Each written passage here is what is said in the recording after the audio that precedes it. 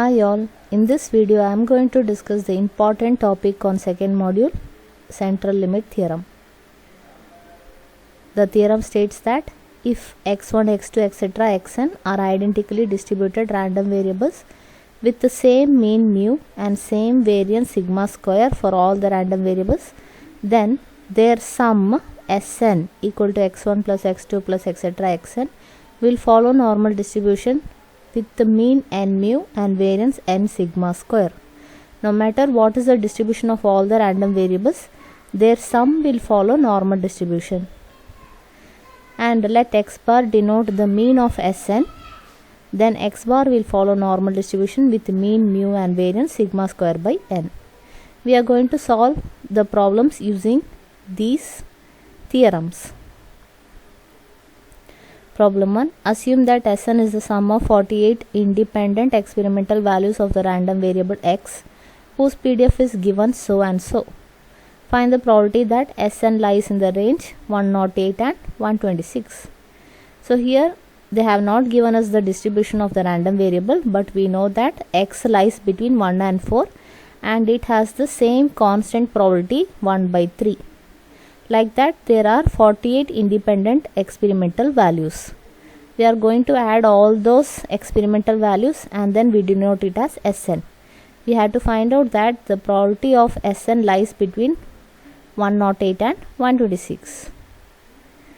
And since we don't know the distribution, but we do know that x lies between 1 and 4 and it has the probability of 1 by 3. Since we have constant probability, then this random variable must follow uniform distribution with alpha as 1 and beta as 4. Okay. And you know how to find the mean of uniform distribution, which is the average of alpha and beta. So 2.5. Variance, you know, this is the formula. Substituting, we get 3 by 4. So like that, 48 such samples are there, and each sample has mean 2.5 and variance 3 by 4.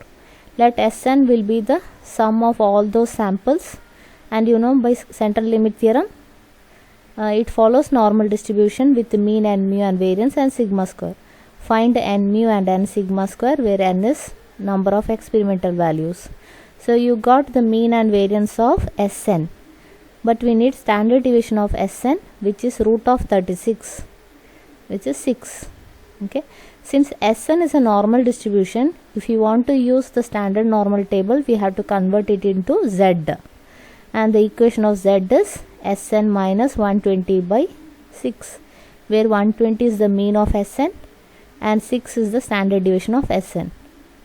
We need the probability that Sn lies between 108 and 126. Now convert this equation in terms of Z, that is, when Sn is 128, find the value of Z. When Sn is 126, find the value of Z. Now rewrite this equation in terms of Z.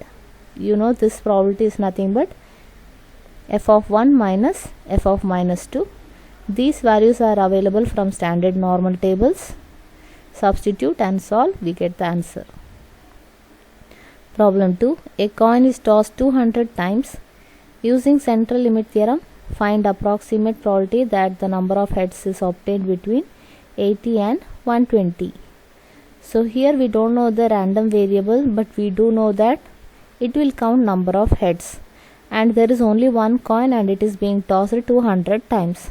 Okay, so here we are going to take different random variables which will count number of heads in different tosses. Now let x1 count number of heads in first toss. You know, this can take the value 0 or 1. If x1 is 0, that means there is no head. If x1 is 1, that means there is only one head in the first toss. And I have written the corresponding PDF. I have found out the mean as well.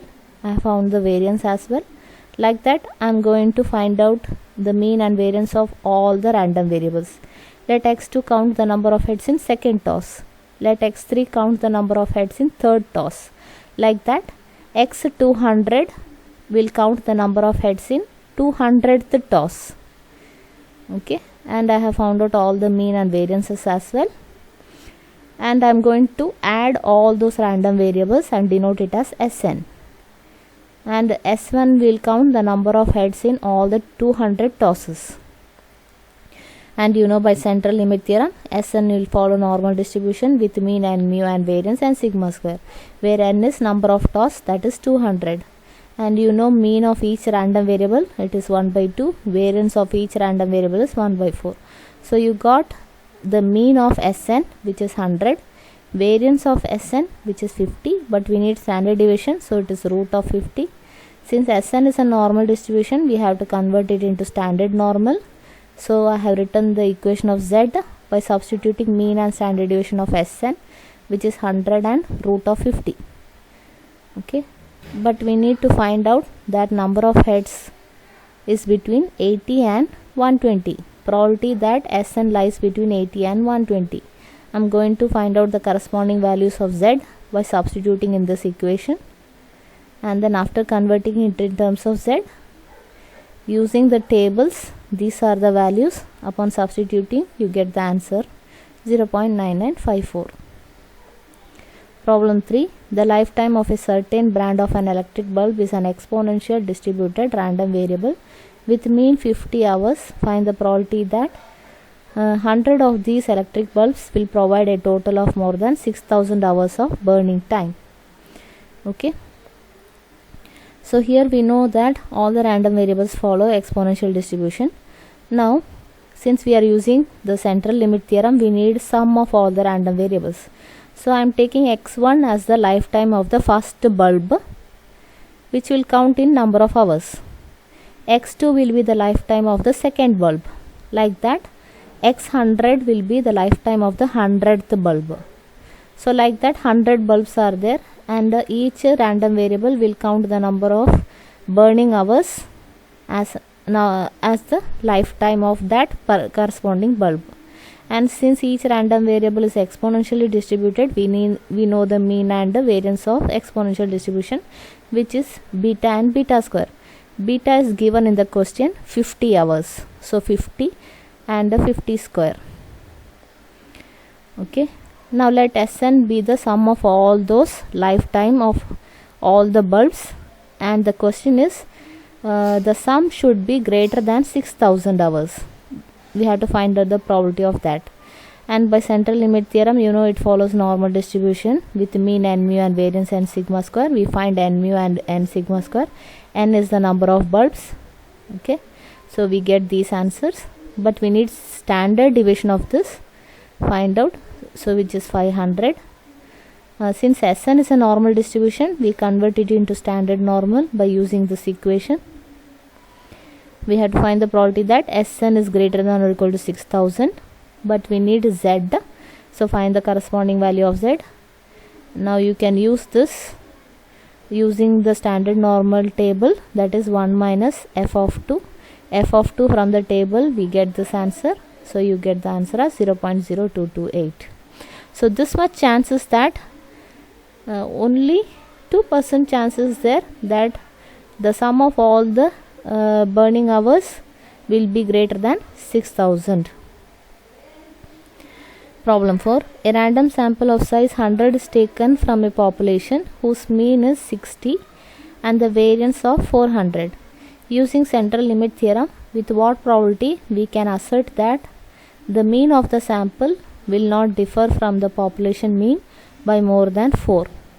So here we have taken a sample of size 100 from a population whose mean is 60 and variance 400. We don't know the random variables, but we do know the population mean and population variance, and we have to find the probability that the sample mean and the population mean difference will not exceed 4.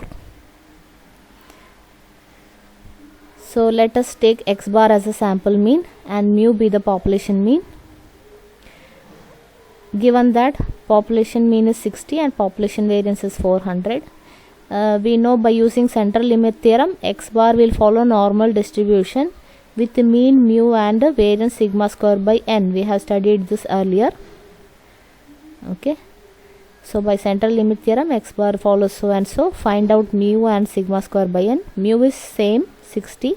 Sigma square by n is sigma square. They have given us 400, and n is the sample size, which is 100, so we get 4, but we need standard deviation of this, so which is 2.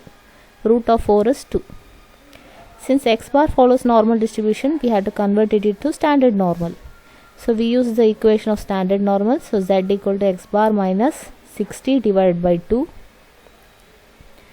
We have to find out that the sample mean will not differ from the population mean by 4. That is x bar minus mu. The difference should not exceed 4. So probability of modulus is less than or equal to 4. This is what we have to find. And you know mu is the population mean 60. Okay, upon substituting that, add 60 throughout this inequality, so you get 56 less than or equal to x bar less than or equal to 64. But x bar follows normal distribution. In order to use the standard normal tables, you have to convert it into z. So when x bar is 56, find out the value of z. When x bar is 64, find out the value of z. Convert this equation in terms of z. And you know this is f of 2 minus f of minus 2. Use standard normal tables. These are the values. Upon substituting, you get this answer. So there is 95% chance are there that the sample mean and the population mean will not differ by more than 4. I hope you have understood this. Thank you.